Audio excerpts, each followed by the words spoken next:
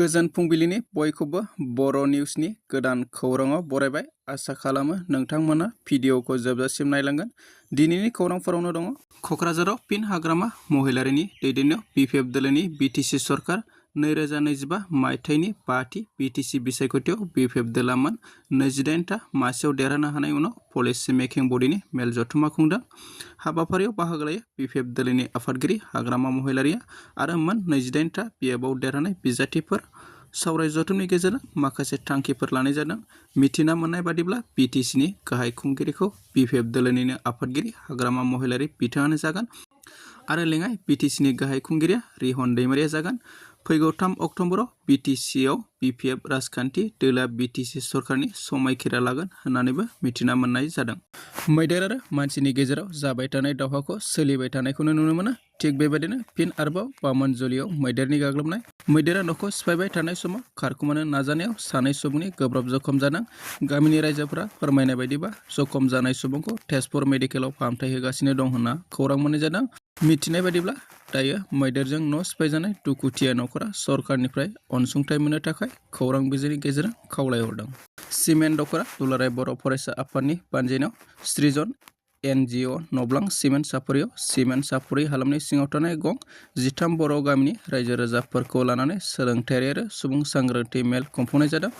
लोगोसे मैयानि बे हाबाफारिजों लोब्बा लाखिनानै बर' हारिखौ बुहुमाव गेरेमसा माहारि दानायनि थांखिजों हालामनि माखासे गुनगोनां आरो सांग्रां लाइमोनफोरखौ लानानै सिमेन्ट सापरि खोन्दो दुलाराय बर' फरायसा आफादखौ गोदानै दाफुंना होनाय जायो। हाबाफारियाव गाहाय आलासि महरै धेमाजि जिल्ला एबसुनि बोसोनगिरि मुसि सुरजित बसुमतारिया बाहागो लायो।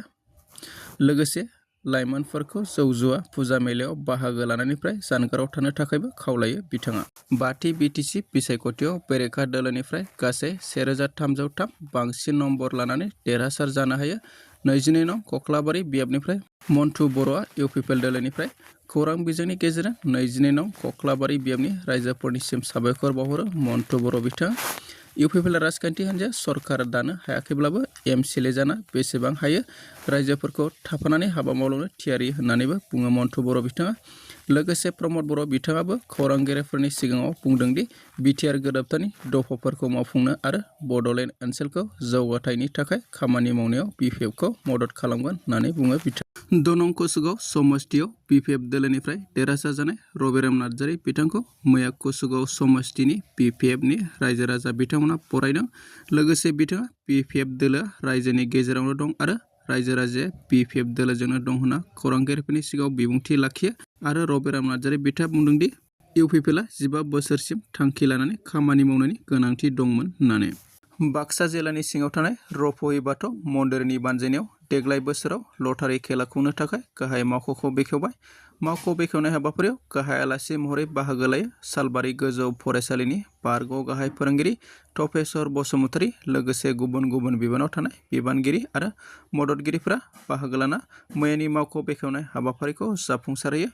अदेबानि रफहि बाथौ मन्दिरनि बानजायनायाव खुंफुंजानो गोनां लटारिखौ बुकिं खालामनो थाखाय जानबुं नम्बर 6000317174 9101435105 आरो 6002594953 नंनि गेजेरजों बुकिं खालामनो हागोन होनना खौरांगिरिफोरनि सिगाङाव फोरमायहरदों बिथांमोना। दासिमनि खौराङा एसेनोसै। अन्नानै खौरांखौ मोजां मोनोबा लाइक कमेन्ट शेयार आरो साबस्क्राइब बानायदो।